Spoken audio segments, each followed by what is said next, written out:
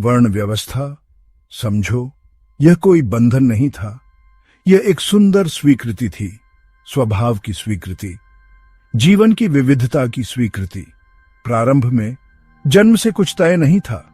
कोई ब्राह्मण के घर पैदा हो और क्षत्रिय हो जाए संभव था। कोई शूद्र के घर जन्मे और ब्राह्मण बन जाए सहज था।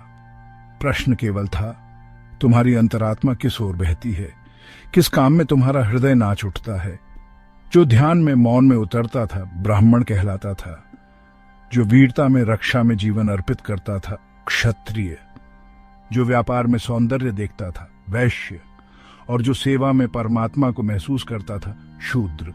ये ऊंच नीच नहीं थी, ये कोई प्रतियोगिता नहीं थी, ये प्रेम की भाषा थी, स्वीकृति की भाषा थी। लेकिन धीरे धीरे मनुष्य ने स्वार्थ का जहर घोल दिया। ब्राह्मण ने सत्ता को पकड़ लिया, राजा ने तलवार को थाम लिया, वैश्य ने बाजार को घेर लिया और शूद्र को पैरों तले कुचल दिया। और जो व्यवस्था प्रेम से जन्मी थी वह शोषण का साधन बन गई। आज जो तुम देखते हो, जन्म आधारित जातियां, घृणा, अपमान, ऊंच नीच, ये मूल वर्ण व्यवस्था नहीं है, ये उसकी विकृति है, उसका पतन है। मैं कहता हूं, क्रांति चाहिए, अग्नि चाहिए, हिम्मत चाहिए कि इस मृत व्यवस्था को जला डालो, कि हर आत्मा को फिर से स्वतंत्र कर सको। जन्म से कोई ऊंचा नहीं, कोई नीचा नहीं, कर्म से कोई ऊंचा नहीं, कोई नीचा नहीं, केवल स्वभाव से जो जैसा है वह वैसा ही सुंदर है। ध्यान से, प्रेम से, करुणा से हर व्यक्ति अपने मार्ग को पहचाने और समाज उस पहचान का सम्मान करे।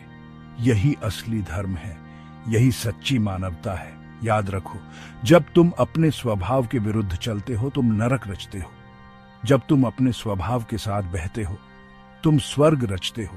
इसलिए मैं कहता हूं, कोई ब्राह्मण बनना मत चाहो, कोई क्षत्रिय, कोई वैश्य, कोई शूद्र बनने का प्रयत्न मत करो। जो भीतर से फूटता है उसे स्वीकारो, स्वयं बनो, बस स्वयं बनो। यही मुक्ति है। और तब तुम देखोगे समाज फूलों का बगीचा बन गया है। हर फूल अपनी सुगंध में महक रहा है। कोई छोटा नहीं, कोई बड़ा नहीं, बस सौंदर्य ही सौंदर्य है, प्रेम ही प्रेम है, परमात्मा ही परमात्मा है।